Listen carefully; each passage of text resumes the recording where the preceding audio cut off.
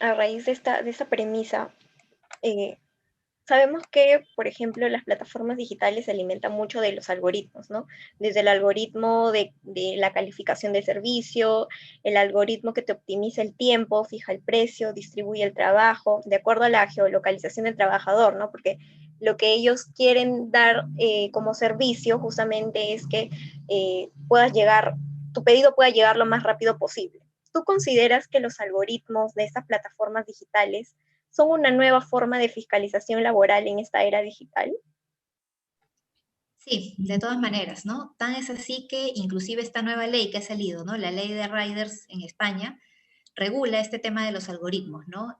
Hace que los empresarios tengan la obligación de informarle a los representantes de los riders, ¿no? Respecto al contenido de estas facultades fiscalizadoras mediante los algoritmos. Entonces, claro, es simplemente despersonalizar a la figura del empleador, ¿no? Para que sea un algoritmo el que finalmente regule esos temas. Más o menos lo que te decía, por eso en el fondo sabíamos que era muy complicado deslindarse totalmente respecto a ese control, ¿no? Ya sea de una perspectiva laboral como comercial, ¿no? Porque claro, yo también puedo decir, la plataforma está ahí, que se conecte el que desee, pero a nivel comercial me puedo ir al caño, ¿no? Porque finalmente no hay un control de calidad de un servicio, de idoneidad, de seguimiento de las preferencias de usuarios, ¿no? Entonces, creo que siempre tiene que haber por lo menos un control, inclusive el tema de los antecedentes penales, ¿no? Que es tan importante no solamente para efectos de delivery, sino para efectos de taxis en especial, ¿no? Entonces, esos también son requisitos que uno podría poner como empresario, pero finalmente ahí es donde el control se vuelve a manifestar, ¿no? Ahora, pasando a un plano de, por ejemplo, los elementos de trabajo, ¿no? Cuando tenemos un contrato de trabajo, usualmente una de las formas de análisis es ver si el empleador nos da las herramientas de trabajo, ¿no? Cuando hacemos el análisis de interpretación, si esto es un vínculo laboral o no. Por ejemplo, ¿qué piensas tú que hay, qué opinión tienes de que hay diversos estudios que muestran que muchas de estas empresas obligan a los trabajadores a contar con elementos distintivos de la marca, con logotipos en la caja, en los gorros, para poder empezar a trabajar en la plataforma y que de no ser adquiridos pueden ser multados por la misma? ¿Hasta este punto consideras que estos aplicativos móviles siguen siendo de intermediación?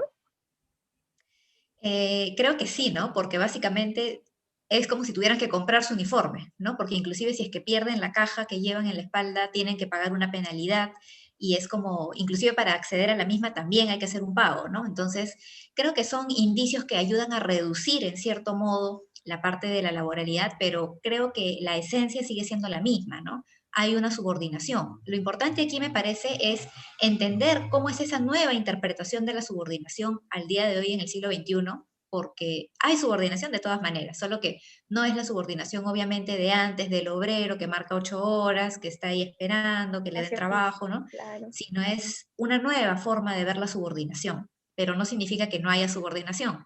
Ahora, ante una nueva respuesta de esta figura de subordinación que gracias a las plataformas digitales se viene dando al día de hoy, y que podría tener ciertos híbridos, pero la balanza se inclina un poco más a pensar que son trabajadores, es donde surge esta necesidad pues de dar una respuesta también desde el ordenamiento que, al igual que los regímenes especiales, ¿no? Establezca pues cierta idoneidad económica a la figura pues de los riders, porque imaginemos que salga mañana una sentencia en el Perú que dice que todos los rapis, ¿no? Que encima son de Trabajar. nacionalidad extranjera, son trabajadores. La empresa no va a tener pues la plata para poder soportar toda esa carga. Segundo, puede que estos trabajadores inclusive ni siquiera tengan la calidad migratoria habilitante para poder ejercer el servicio como trabajador, ¿no? Porque para ser trabajador extranjero tienes que también superar, o en todo caso, estar dentro de los límites de los porcentajes limitativos, que son el 20%, y sabemos al día de hoy que es al revés, ¿no? El 80% más bien de los rapis son extranjeros, por decir un ejemplo. Entonces, es un modelo viable realmente, ¿no? Entonces creo que tendría que tener ciertas particularidades adecuadas a una realidad para que el modelo pueda funcionar, porque si no va a ser lo mismo que nada, todos van a estar por fuera y va a seguir pues la informalidad en todo caso, ¿no? Sí, justamente a raíz de lo que acabas de mencionar, yo por ejemplo tengo la posición de que no deberíamos seguir, por ejemplo, ¿no? Hay algunos proyectos de ley, más de 5 proyectos de ley que intentan regular este tipo de plataformas de servicio, pero todas están basadas en un análisis un análisis muy estricto, ¿no? Ese análisis que nos enseñan en la universidad de cómo es la forma de analizar un vínculo laboral. Ok, contraprestación personal, remuneración, subordinación. ¿Tienes los tres? Toma tus derechos laborales. ¿No tienes uno? Bueno, no, entonces no eres, ¿no? Es muy totalista, o eres subordinado o eres autónomo. A raíz de eso, pues han nacido nuevas figuras, como tú mencionas, está la parasubordinación, ahora también los TRAD en España. ¿Consideras que ya es momento de adaptar estas nuevas formas de subordinación en nuestro ordenamiento jurídico? Mm, a ver, primero, creo que, no sé si sea prudente o pertinente decirles mi opinión personal, pero siempre es bueno ver cómo pasa en otros países, cómo se va dando en otros países. Ya sabemos que en Italia empezaron diciendo que los tribunales de Milán, ¿no? Que no hay relación laboral, y después cambiaron a través de una de las fiscalías, fue inclusive, que dijo sí hay relación laboral. Y ahora, bueno, me quedé en el 2018, hay un proyecto que quedó pues pendiente, ¿no? En relación con la regulación propiamente del trabajo de vía plataformas.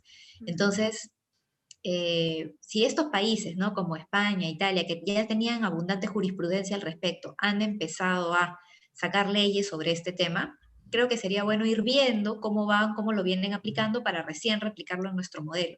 Porque si hoy lanzamos un proyecto de ley, va a quedar archivado seguramente porque ahorita hay otras preocupaciones, por así decirlo, eh, y además que puede que haya mucha presión del empresariado para que este proyecto se detenga, ¿no?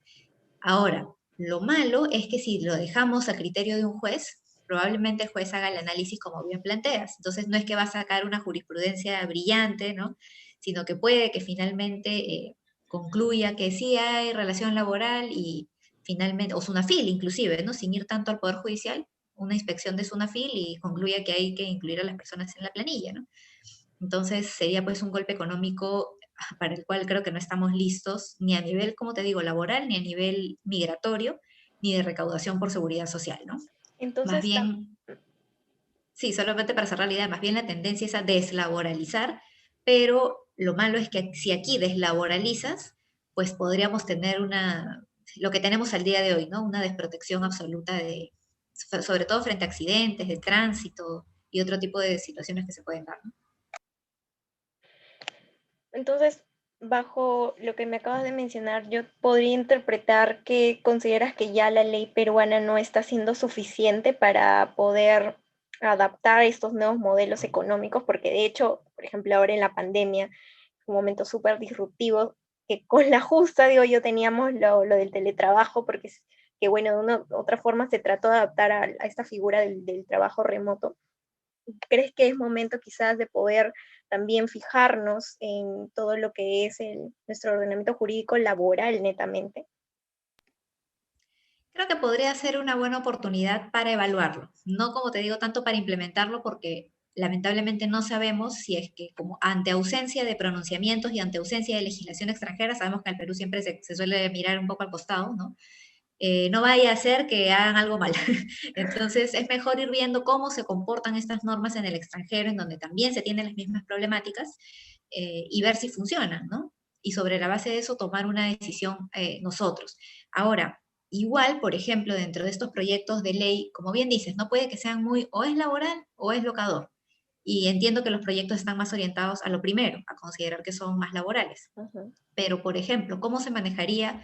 No sé si los proyectos lo mencionarán, lo debes haber estudiado mejor, pero no sé si los proyectos hacen referencia a remuneraciones mínimas, ¿no? ¿Qué pasa si yo me avivé y digo, perfecto, ya estoy en planilla, entonces solamente trabajo una hora, igual gano mi sueldo mínimo, porque acá también, a diferencia de otras culturas, ¿no? En donde quizá pues hay un poco más de seriedad o formalidad, puede Claro. que haya más bien un abuso, ¿no? Entonces, ya si igual me van a pagar mi sueldo, ya no es que comisiones, sino que me espero mis 930 soles, ¿no? Cosa que tampoco debería ser porque la idea es que la persona vaya comisionando, ¿no?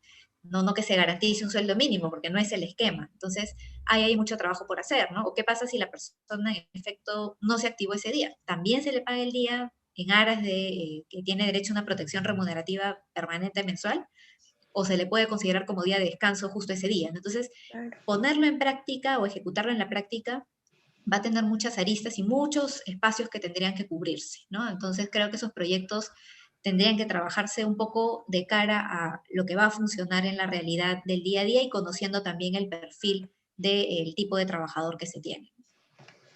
Ahora, hay muchas personas que, bueno, tienen una diferente perspectiva referente a esto, consideran que no son trabajadores y que, por ejemplo, no debería ser necesario regular este tipo de vínculos aquí, por lo menos en nuestro país, a pesar de que, por ejemplo, hay un último estudio de un libro de diagnóstico de plataformas digitales aquí en el Perú, donde la población más recurrente en esos aplicativos móviles son de 25 a 30 años, ¿no?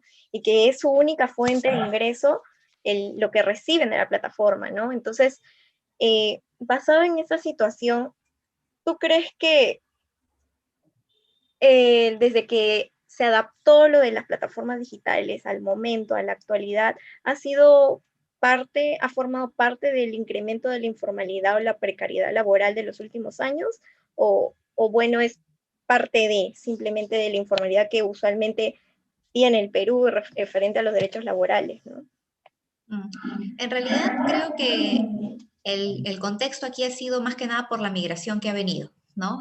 A nivel de migración, ahí es donde ha saltado pues claramente el volumen de oferta de Rapis, ¿no? Yo voy a decir Rapis por decir Riders, ¿no? Claro. Pero, porque es lo que más hay. Pero sí, de todas maneras, más que informalidad, yo lo veo como un tema de reacción a una necesidad económica, ¿no? Porque no es que las personas busquen evadir, ¿no? Porque no hay un mecanismo legal en todo caso, solamente hay afiliarse a la plataforma para hacer ese servicio. Y es sencillo, es barato, y la persona inclusive gana todo el monto neto. Entonces ni siquiera es que le tengan que descontar a AFP, y AFP para qué, si a lo mejor o cierran las AFPs o a lo mejor la persona no sabe cuál es el procedimiento de retiro de la AFP a su país, que es lo que mayoritariamente tenemos. Entonces, precariedad puede que haya y va a depender finalmente de cómo se maneje cada quien, ¿no? A mi entender, es una problemática que siempre nos golpea a todos los peruanos, ¿no? El tema de la informalidad siempre está presente, tenemos un altísimo porcentaje, casi del 70% de informales, ¿no? Si es que se ha agudizado con las plataformas, yo no lo veo como que se ha agudizado en el sentido de que se ha vuelto más precario, más crítico. Al contrario, puede que, como bien dices, haya sido una fuente de sustento y más bien haya hecho que muchas familias pues crezcan, ¿no? O sea, en el sentido de que puedan tener un ahorro, puedan tener un ingreso, puedan comprarse sus cosas, etcétera. Más que un tema de quedarse en la calle, ¿no? Como podría verse. Sin embargo, lo precario de la figura me parece que puede estar por el lado de la protección social. Es decir, no hay un seguro, no hay SCTR y sabemos cómo maneja la gente aquí en este país. Entonces, es muy probable que ocurra un accidente de tránsito y la persona pues no tenga que hacer o ni siquiera tenga los papeles al día. Entonces, esa precariedad viene, me parece, más que nada por el lado migratorio. Se puede haber agudizado con ese colectivo, sí, probablemente, pero es un tema respecto al cual ellos no tenían opción, ¿no? Ni ellos ni ningún otro rider, porque todos pues están supeditados a lo que es la plataforma, ¿no? No es que hay una empresa que sí los tiene en planilla y todas las demás son informales, por así decirlo, ¿no? Todas están bajo este sistema. Ahora, claro, yo también al inicio era de la idea de que no son trabajadores, ¿no? Pero si lo analizamos a la luz de la nueva perspectiva de lo que es la subordinación como puesta a disposición, como negociación de términos, determinación de las condiciones, determinación del monto que me van a pagar, si es que me activo o no, por cuánto tiempo, y todas esas reglas que vienen y respecto a las cuales yo no puedo negociar, claramente pues soy un trabajador, ¿no? Claro, obviamente no hay una figura de empleador persona, sino empleador plataforma, pero igual sigue siendo el empleador y eso pues va a un empresario.